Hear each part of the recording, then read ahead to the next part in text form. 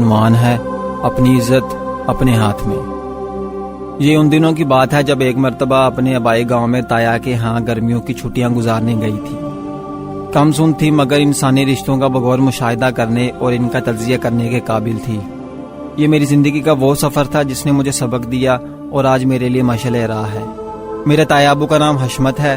ان کے بڑے بیٹے جمال کی شادی کے 1 سال بعد کوئی اولاد نہ ہوئی تو تائی اماں کو فکر لاحق ہو گئی کہ اتنی بڑی جاگیر کا آخر کوئی تو وارث ہونا چاہیے۔ انہوں نے بیٹے پر زور دیا کہ دوسری شادی کرو، مگر وہ نہیں مانا۔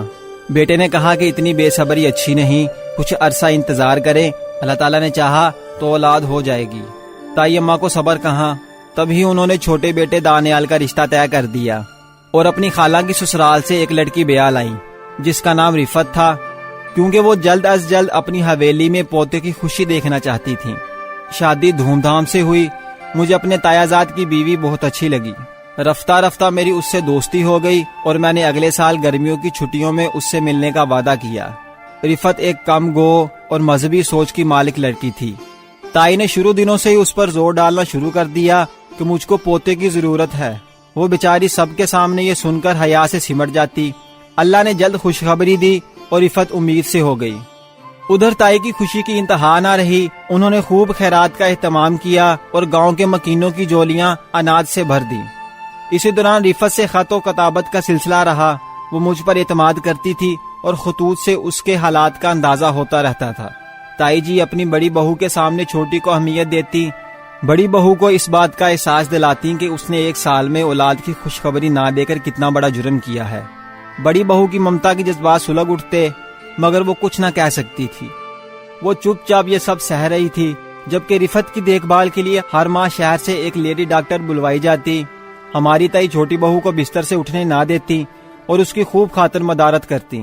یہ سب رفت کی نہیں بلکہ اپنی ہونے والی اولاد کی خاطر کرتی تھی، ورنہ رفت بھی بڑی بہو کی طرح ان کی تلخ کلامی کا نشانہ بنتی رہتی تھی۔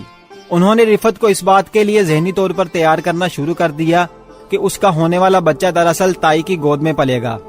رفت کو یہ بات پسند نہ آئی، کیونکہ سادہ لو اور نا تجربے کار تھی، لہٰذا کچھ بول نہ پائی۔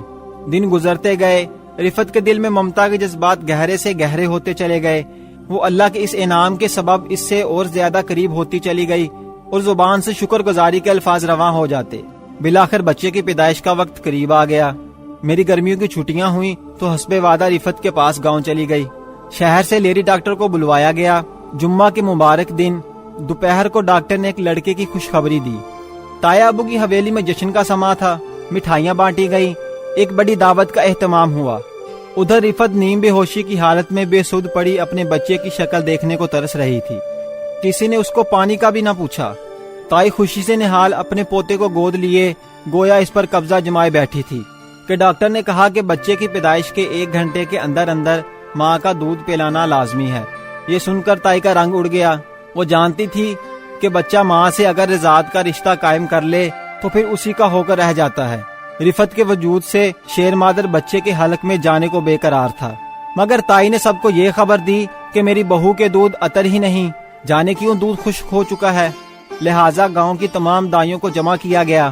سب نے بچے کو اپنا اپنا دودھ پلانے کی کوشش کی، لیکن بچے نے کسی کا دودھ نہ پیا اور روتا بلکتا رہا۔ ڈاکٹر بھی وہاں موجود تھی۔ انہوں نے رفت کا معائنہ کیا تو وہ حیران ہو گئی کہ چودرانی نے جھوٹ بولا ہے۔ انہوں نے تائی کو حکم دیا کہ بچے کو لاؤ۔ بچے کو فوراً رفت کے پاس لایا گیا، جس نے اپنی ماں کی گود کو قبول کر لیا اور پرسکون ہو کر دودھ پیا، یہاں تک کہ سو گیا۔ خوشی سے رفت کی آنکھوں میں آنسو آ گئے اور اس نے خدا کا شکر ادا کیا۔ دیکھتے ہی دیکھتے بچہ ماں سے ایسا مانوس ہوا کہ قریب سے ماں کی خوشبو بھی پہچان لیتا تھا۔ یہی وجہ تھی کہ چھوٹی بہو اب اس کی آنکھوں کی چبن بن چکی تھی۔ ہماری تائی لاکھ کوشش کے باوجود بچے کو مستقبل اپنے پاس نہ رکھ سکی، کیونکہ وہ ماں کا دودھ پیے بنا نہ رہتا تھا۔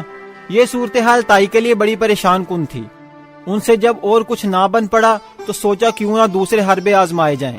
لہٰذا انہوں نے اپنے شوہر اور بڑے بیٹے کو رفت کے خلاف بھڑکانا شروع کر دیا۔ وہ ان دونوں کو بے بنیاد تحفظات کا شکار کرتی رہتی۔